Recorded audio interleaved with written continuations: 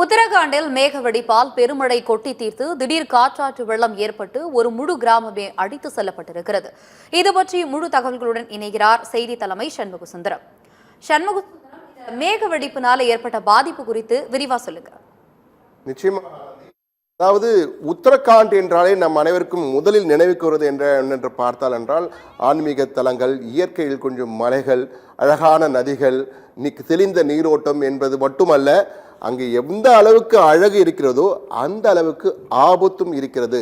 அந்த ஆபத்துக்கள் அவ்வப்போது வெளியே தலை காட்டும் பொழுது மிகப்பெரிய சோதனைகள் ஏற்படுகின்றன, சவால்களும் மனித சமுதாயத்துக்கு கொடுக்கப்படுகின்றன. அந்த வகையில் தான் தற்பொழுது உத்தரகாண்டிலே இன்று ஒரு மணி நேரத்திற்கு முன்பாக ஏற்பட்ட அந்த மேக வெடிப்பும் அதனை ஒட்டி வெளிவந்த காட்டாற்று வெள்ளமும் மிகப்பெரிய அளவுக்கு ஒரு பாதிப்பை அங்கே ஏற்படுத்தியிருக்கிறது. இதுவரை குறைந்தபட்சம் 17 பேர், குறைந்தது 17 பேர் பலியாகி இருக்கிறார்கள் என்றும் 60க்கும் மேற்பட்டோரை காணவில்லை என்றும் தகவல்கள் வந்து கொண்டிருக்கின்றன. 60க்கும் மேற்பட்டோர் மட்டுமல்ல, ஒரு கிராமமே காணவில்லை என்ற தகவல் தான் தற்போது உறுதி செய்யப்பட்ட தகவல் வந்திருக்கிறது.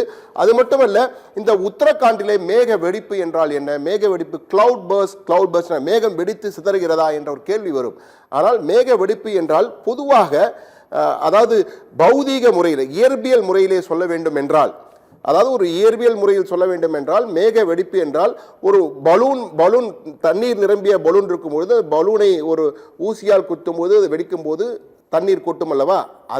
அதுதான் சுருக்கமாக எளிமையாக சொல்ல வேண்டும் என்றால், அது போன்று அனல் காற்று கீழிருந்து பூமியிலிருந்து செல்கின்ற வெப்பக்காற்றும் மேலே இருக்கின்ற தண்ணீர் திவலைகளுடன் இருக்கின்ற குளிர்காற்றும் ஒன்று சேரும் பொழுது ஒரே நேரத்திலே அழுத்தம் அதிகமாகி அந்த குறிப்பிட்ட மேகம் திடீரென உடைவது போல ஒரு சத்தம், மின்னல், இடி ஏற்படும். அந்த சத்தத்தின் வழியே அந்த தண்ணீர் அப்படியே கொட்டும்.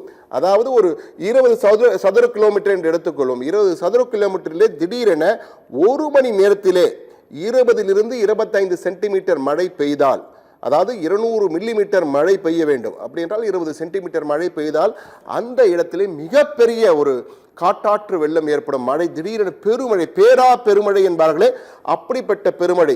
தூத்துக்குடியில் கூட 2 ஆண்டுகளுக்கு முன் நீங்கள் பார்த்திருந்தால், சில ஆண்டுகளுக்கு முன் தூத்துக்குடியிலும் இதே போன்று மிகப்பெரிய மழை கிளவுட் பர்ஸ்ட் மூலமாக ஏற்பட்டது. பொதுவாக இது போன்ற மேக வெடிப்பு என்று அழைக்கப்படுகின்ற அந்த கிளவுட் பர்ஸ்ட் எல்லாம் மலை பகுதிகளில் தான் ஏற்படும். அதுவும் இந்தியாவிலே இமயமலை பகுதிகளில், குறிப்பாக இந்த உத்தரகாண்ட் மாநிலத்தில் தான் அடிக்கடி ஏற்படும். உத்தரகாண்டில் எது வருகிறதோ இல்லையோ, ஆண்டுதோறும் இந்த கிளவுட் பர்ஸ்ட், மேக வெடிப்பு, திடீரென காட்டாற்று வெள்ளம் போன்றவை ஏற்படுவது என்பது சகஜமான ஒரு விடயமாக இருக்கிறது. அந்த வகையில் தான் தற்போது ஏற்பட்டுள்ள இந்த கிளவுட் பர்ஸ்ட் மூலமாக, இந்த பயங்கர மேக வெடிப்பின் காரணமாக கிட்டத்தட்ட 30 சென்டிமீட்டர் மழை ஒரு மணி நேரத்திலே 60 நிமிடங்களில் 300 மில்லிமீட்டர் மழை பெய்திருக்கிறது. இந்த 300 மில்லிமீட்டர் மழை என்பது மிகப்பெரிய மழை.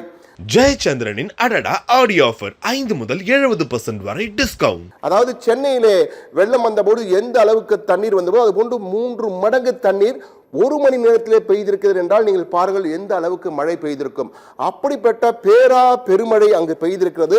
அந்த மழையின் காரணமாக ஒரு கிராமமே அடித்து செல்லப்பட்டிருக்கிறது.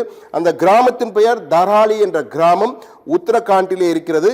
கீர்கங்கா என்ற நதி, அந்த கீர்கங்கா என்ற நதியே தெரியவில்லை. அந்த ஆற்றங்கரையில் கரை புரண்டு ஓடும் என்பார்களே, அந்த கரையெல்லாம் புரண்டு கரையே தெரியாமல் ஓடி சென்று விட்டது. தற்போது இல்லை. அங்கு தற்போது என்ன இருக்கு என்றால் சேரும் சகதியும், மலைப்பகுதியில் அடித்து வரப்பட்ட சேரும் சகதியும் தான் பல இடங்கள் இருக்கின்றன. அந்த சேரும் சகதிக்குள், அந்த சகதியான வெள்ளத்தில் தற்போது பல வீடுகள் மூழ்கி இருக்கின்றன.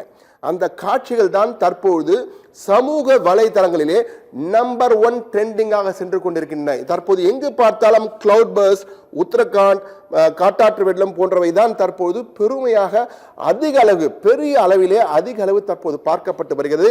எனவே அந்த காட்சிகளை நாமும் பார்ப்போம். முதலில் அந்த அதிர்ச்சி காட்சிகளை, அந்த பிரீத், அதாவது அந்த இயற்கையான சத்தத்துடன் முதலில் பார்ப்போம்.